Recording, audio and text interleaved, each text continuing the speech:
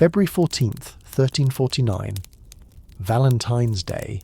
A day of love.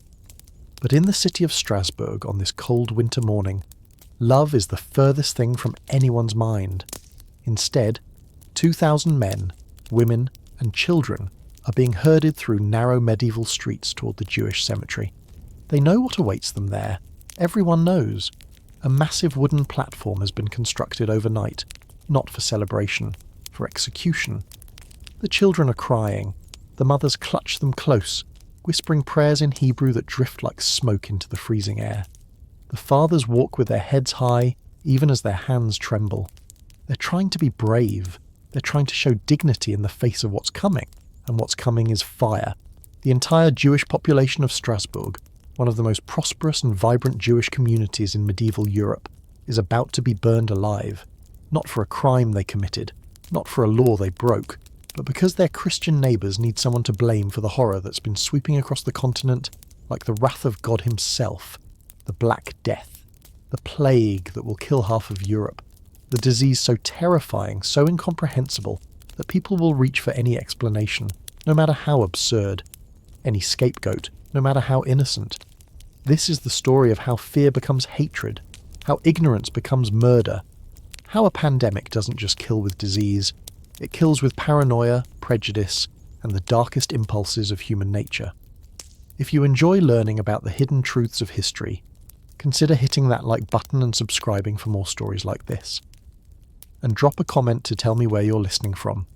I love knowing that we're exploring these dark secrets of history together, connected across time and space by our shared curiosity.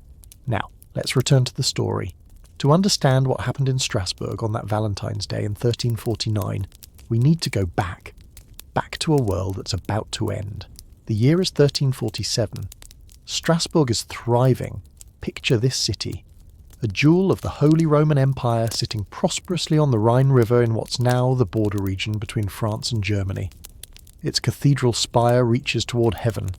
It will eventually become the tallest building in the world. The streets bustle with merchants, craftsmen and traders. Wine flows from the surrounding vineyards. The city's famous for its wealth, its culture, its sophistication. And within this city, the Jewish quarter hums with its own particular energy. The Jews of Strasbourg aren't just tolerated, they're essential. They're moneylenders, yes, because Christian doctrine forbids usury to Christians, but someone needs to provide loans for the economy to function. But they're also physicians, scholars, merchants and artisans. They've lived in Strasbourg for generations. Their synagogue stands proud. Their children play in the same squares as Christian children. But here's the thing about medieval Jewish life. It's always precarious. Always. Jews in medieval Europe exist in a permanent state of conditional acceptance. They're protected by charters, granted rights by emperors and bishops, but only because they're useful, only because they provide financial services, only because they pay special taxes that fill royal coffers. They're outsiders with permission to stay, and everyone knows that permission can be revoked. The Jews wear special badges, mandated by the Fourth Lateran Council in 1215. They're forbidden from owning land in most places. They can't join guilds. They can't hold public office. They're required to live in segregated quarters. They're subject to special taxes that Christians don't pay. And they're surrounded by a swirling fog of suspicion and superstition.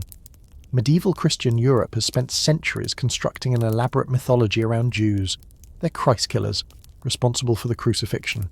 They're rumoured to murder Christian children and use their blood in Passover rituals, the infamous blood libel that has no basis in reality, but persists with terrifying tenacity. They're accused of desecrating the Eucharist, of poisoning wells, of causing crop failures and droughts. None of this is true, none of it. But truth doesn't matter when fear needs a face. By 1347, the Jewish community of Strasbourg numbers around 2,000 people, a significant population in a city of maybe 18,000 total. They live primarily in one quarter, near the cathedral. They have their own courts for internal disputes, their own communal structures, their own rich cultural life. Men like Rabbi Mordecai know they're living on borrowed time, not because of any specific threat, just because this is always how it feels to be Jewish in medieval Europe. You prosper when times are good, you suffer when times are bad, and times are about to become very, very bad. October 1347, A fleet of Genoese trading ships limps into the port of Messina in Sicily. The sailors are dying, not just sick, dying in ways that defy comprehension. Their bodies are covered in grotesque black swellings, buboes that ooze blood and pus. They're vomiting blood. Their skin turns black with necrosis. The stench is overwhelming. Most are already dead when the ships arrive. Those still alive are delirious with fever, begging for water, for mercy, for death. The Sicilian authorities take one look at these plague ships and order them away, but it's too late. The rats have already scurried off the ships into the city, and the fleas on those rats are carrying something catastrophic, Yersinia pestis, the bacterium that causes bubonic plague. The Black Death has arrived in Europe. Within weeks, Messina is overwhelmed. Within months, the plague is spreading up the Italian peninsula like spilled ink. By the spring of 1348, it's reached France. By summer, it's in England. By autumn, it's knocking on the doors of the German principalities, and everywhere it goes, it brings absolute devastation. Imagine waking up healthy in the morning. By afternoon, you have a fever. By evening, you notice a swelling in your groin or armpit, a bubo, hard and painful. By the next day, you're delirious. By the day after that, you're dead. That's bubonic plague, 3 to 5 days from infection to death. But there's also pneumonic plague, which attacks the lungs. This version spreads person to person through the air. You breathe in the bacteria from someone coughing, and within 2 days you're coughing up blood yourself. The mortality rate is even higher, nearly 100% without modern antibiotics. Medieval people have no concept of bacteria or disease transmission. They understand the plague spreads somehow, but they don't know how. They think it might be bad air, miasma. They think it might be the alignment of planets. Saturn, Jupiter and Mars came together in 1345, and some astrologers predicted disaster. They think it might be God's punishment for sin. But mostly they're just terrified. Entire families are wiped out overnight. Villages are abandoned, their populations reduced to corpses that no one dares bury. Cities lose 30, 40, 50% of their inhabitants. The death toll is so high that bodies pile up in the streets because there aren't enough living people to bury them. Contemporary chroniclers struggle to capture the horror. One Italian writer, Agnolo di Tura, records, "In many places great pits were dug and piled deep with the multitude of dead, and they died by the hundreds both day and night. And as soon as those ditches were filled, more were dug. I buried my 5 children with my own hands." 5 children, with his own hands. This is the context in which Strasbourg waits, watching the plague advance across Europe like a dark tide. By the autumn of 1348, it's in Basel, just 50 miles south. It's in Freiburg, 30 miles away. Everyone knows it's coming, and everyone is looking for someone to blame. The rumour starts somewhere in southern France in the spring of 1348. No one knows exactly where or how, but suddenly it's everywhere, spreading even faster than the plague itself. The Jews are poisoning the wells. That's the rumour. That's the explanation. The Black Death isn't a natural disease, isn't God's punishment, isn't bad air or planetary misfortune. It's deliberate. It's murder. And the Jews are doing it. Why would Jews do this? The logic, such as it is, goes like this. Jews are enemies of Christianity. They rejected Christ. They want to destroy Christian civilization. So they're systematically poisoning water sources to kill Christians. Never mind that Jews are dying of plague too. In some communities, at even higher rates than Christians because they live in more crowded quarters. Never mind that poisoning wells is physically impossible on the scale required to spread disease across a continent. Never mind that there's literally no evidence whatsoever. Fear doesn't require evidence. Fear requires explanation. By summer 1348, Jewish communities across France, Switzerland and Germany are under attack. In Toulon, 40 Jews are murdered by a mob. In Barcelona, 20 are killed. In Basel, the entire Jewish community is locked in wooden buildings and burned alive. The violence follows a pattern. First come the accusations. Someone claims they saw a Jew adding powder to a well. Someone else claims they heard a confession under torture. And yes, torture is routinely used to extract these confessions. Then comes the mob, sometimes led by local authorities, sometimes spontaneous, but always brutal. In some cities, the Jewish communities see what's coming and try to flee. But where can they go? The plague is everywhere. The accusations are everywhere. The violence is everywhere. And then there are the trials. In September 1348, a Jewish surgeon named Valentine is arrested in Chillon near Lake Geneva. He's tortured, stretched on the rack, his joints dislocated, his bones breaking, until he confesses to poisoning wells as part of a vast Jewish conspiracy. His confession is exactly what his torturers want to hear. He names accomplices. He describes a powder made from Christian hearts, spiders, frogs, lizards, and human flesh, all blessed by rabbis. He claims this poison was distributed to Jewish communities across Europe, with instructions to secretly add it to wells and springs. It's absurd. Every word is fantasy, invented to make the pain stop. But it doesn't matter. The confession is copied, distributed, sent to cities across the empire. It becomes proof. Official proof that the Jews are responsible for the Black Death. Pope Clemens VI, to his credit, issues 2 papal bulls in 1348 trying to stop the violence. He points out that Jews are dying of plague too. He notes that the plague is ravaging regions with no Jewish populations. He orders clergy to protect Jews from mob violence. But the Pope is in Avignon, and his words carry little weight against the rising tide of fear and hatred. By the autumn of 1348, the question facing every city with a Jewish population is no longer if, but when. Strasbourg in late 1348 is a city holding its breath. The plague hasn't arrived yet, but everyone knows it's coming.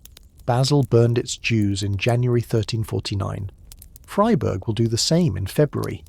The city is surrounded by violence, surrounded by plague, surrounded by fear. And inside the city walls, tensions are rising. Strasbourg's government is unusual for medieval Europe. It's not ruled by a bishop or a noble. Instead, it has a complex system of councils representing different guilds and social classes. There's the Ameister, the chief magistrate, and a council of nobles and wealthy merchants. In the autumn of 1348, the Ameister is a man named Peter Swarber. He's pragmatic, educated, and most importantly for our story, he's opposed to violence against the Jews.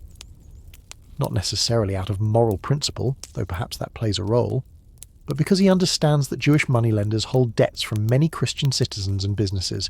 If the Jews are killed, those debts die with them. It's an economic disaster waiting to happen. Swarber and his council pass a resolution. The Jews of Strasbourg are under the city's protection. Anyone who harms them will be punished. But there's another faction in Strasbourg's government, and they see things differently. The guilds, especially the artisan guilds representing butchers, bakers, tanners, and other craftsmen, are heavily in debt. Many borrowed money from Jewish lenders to establish their businesses, buy materials, survive bad years. Now those debts are hanging over them like a sword, and conveniently, the rumour spreading across Europe offers a solution. If the Jews are poisoners, if they're murderers, if they're responsible for the plague, then killing them isn't murder. It's justice. It's self-defence. It's protecting the Christian community. And as a bonus, all those debts disappear.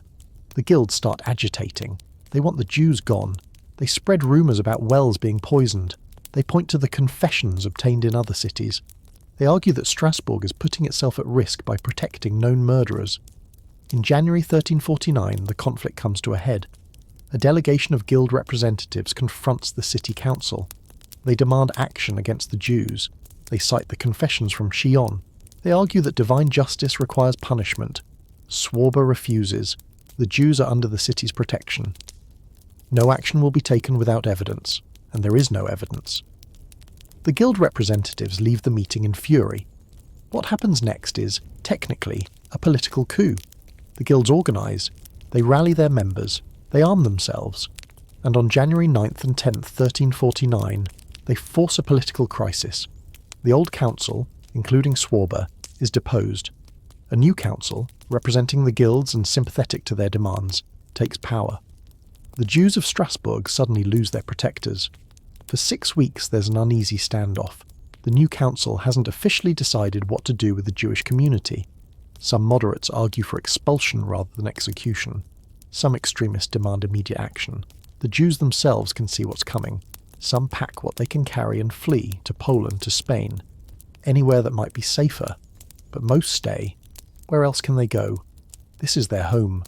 These are their houses, their businesses, their community. They've lived here for generations, and maybe, just maybe, cooler heads will prevail. They won't. The decision comes on February 13th. The new city council meets and votes. The Jewish community of Strasbourg will be destroyed. Not expelled, destroyed. Every Jew in the city is to be arrested and executed by burning.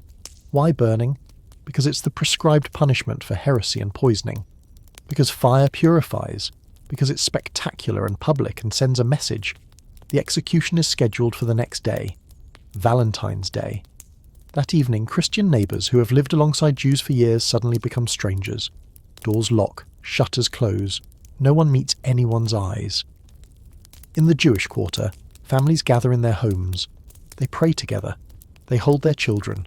Some write final letters or hide valuables, hoping against hope that something will survive this. Rabbi Mordecai, and yes, we know there was a respected rabbi in Strasbourg at this time, though his exact name is lost to history, visits homes throughout the night. He offers comfort. He recites psalms. He tries to give his community the strength to face what's coming. What do you say to people who will be murdered for a crime they didn't commit? What comfort exists when there is no hope? Morning comes. Armed men sweep through the Jewish quarter. Every door is forced open. Men, women, children, elderly, sick. Everyone is dragged from their homes. There's no sorting, no trials, no last-minute reprieves. They're herded through the streets of Strasbourg, through the very streets where they've walked every day of their lives, past the shops where they've traded, past the cathedral where their Christian neighbours worship, past homes where they've shared meals and conversations with people who now watch silently from windows. Some in the crowd jeer, some throw stones, most just watch. The destination is the Jewish cemetery. It's grimly appropriate. The ground where so many generations of Strasbourg's Jews are buried will now witness the destruction of the entire community. The wooden platform has been constructed overnight. It's massive. It needs to be, to hold 2,000 people and enough wood to burn them all. Chroniclers will later describe it as a wooden building, a structure specifically designed for mass execution. The Jews are forced onto the platform in groups. Families try to stay together. Mothers shield their children with their bodies even though there's no protection to offer. Men hold their wives. The elderly lean on the young. Some pray. The Shema Yisrael, Hear, O Israel, the Lord our God, the Lord is one, echoes across the cemetery. The final prayer that Jews have recited in the face of death for millennia. The torches are lit. Here's what we know from contemporary chronicles. The execution takes hours. The fire is so intense that it can be seen from outside the city walls. The smoke rises in a black column that stains the winter sky. Some Jews die quickly from smoke inhalation. Others burn. The screams, we can't ignore the screams, fill the city. They echo off stone walls and timber-framed houses. Everyone in Strasbourg hears them. A few, and this detail appears in multiple sources, choose to jump into the flames rather than wait. A few mothers kill their own children quickly, mercifully, before the fire reaches them. By evening it's over. 2,000 people are dead. An entire community, accumulated over generations, is gone. The synagogue is destroyed. Houses are looted. Property is seized. The debts owed to Jewish lenders are declared void. The Christian citizens of Strasbourg who owed money to Jews are now debt-free.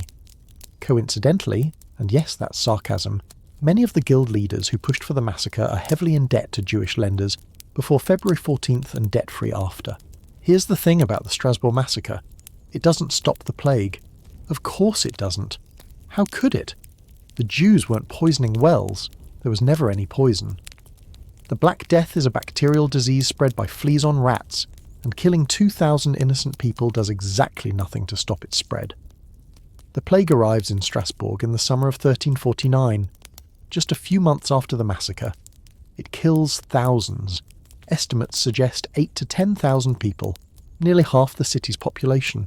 All those Christian citizens who murdered their Jewish neighbours die screaming of bubonic plague just the same as if they'd done nothing.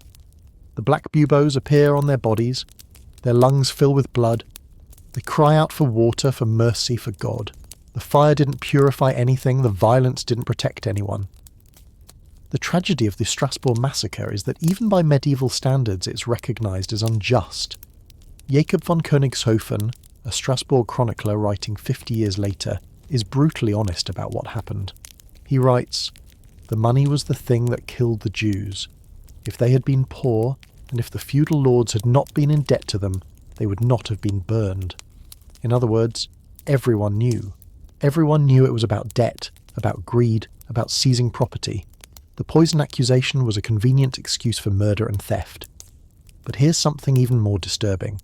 Strasbourg isn't unique. It's not even unusual. During the Black Death years of 1348-1351, over 350 Jewish communities across Europe are destroyed. In some cities, Jews are expelled. In many, they're massacred. Hundreds of thousands die, not from plague, but from violence. In Mainz, 6,000 Jews are killed. In Erfurt, 3,000. In Brussels, the entire Jewish population is burned. In Frankfurt, murdered. In Cologne, driven out. In nearly every major city in the German principalities, the pattern repeats. And here's the darkest irony of all. Several Jewish communities try to forestall violence by burning themselves alive before Christian mobs can do it. In some cities, Jews lock themselves in their synagogues and set fire to the buildings, choosing death on their own terms over being murdered by their neighbours. Pope Clement VI's bulls protecting Jews are ignored. Holy Roman Emperor Charles IV initially condemns the violence, then, seeing which way the political wind is blowing, essentially gives cities permission to do what they want with their Jews. Some princes and bishops try to protect Jewish communities, but they're swimming against a tide of violence fueled by fear, greed and prejudice. The economic consequences are severe. Jewish money-lending networks collapse. Credit becomes scarce. Many Christian merchants and craftsmen who thought they'd benefit from cancelled debts find themselves unable to get new loans. The sophisticated financial systems that Jews had developed, bills of exchange, letters of credit, international banking networks, are destroyed.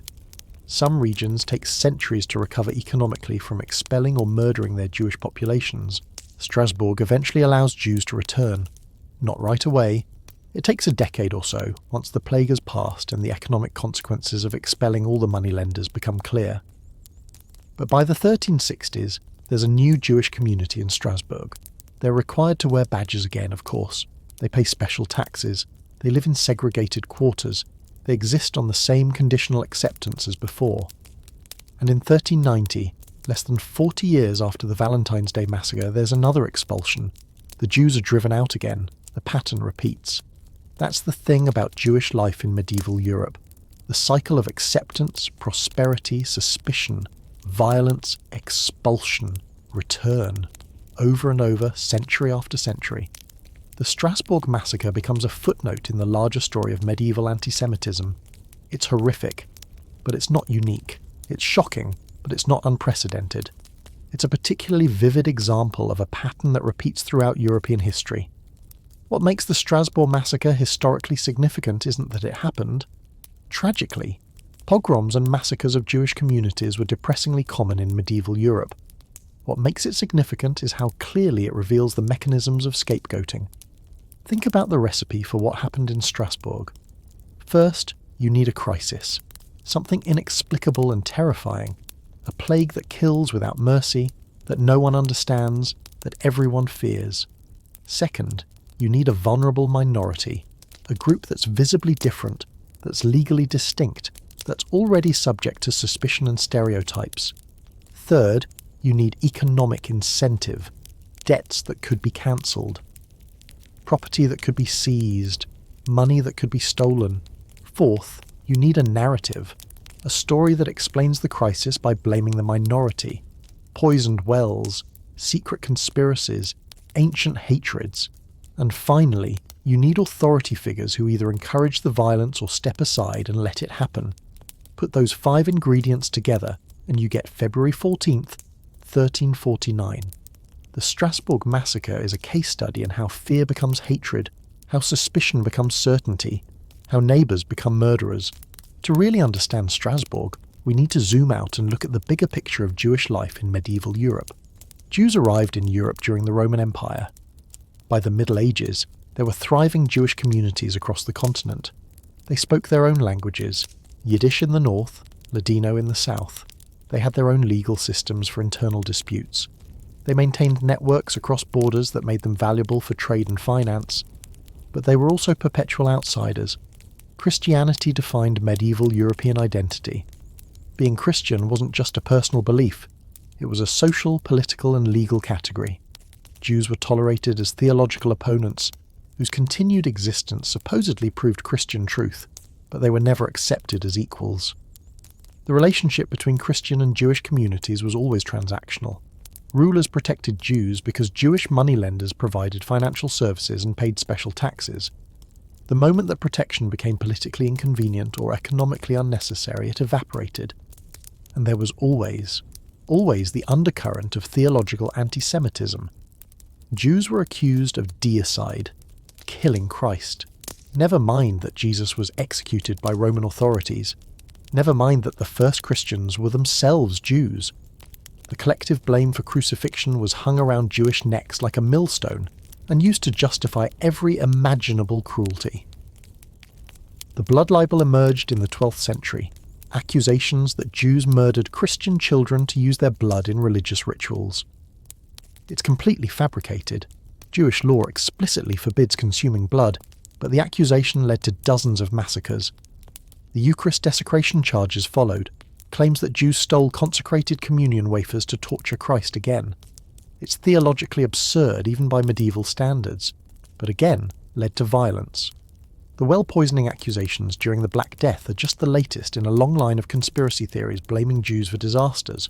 Why do these accusations persist? Why do they keep working? Because they serve a purpose. They allow Christian communities to project their own anxieties, fears and guilts onto an external enemy.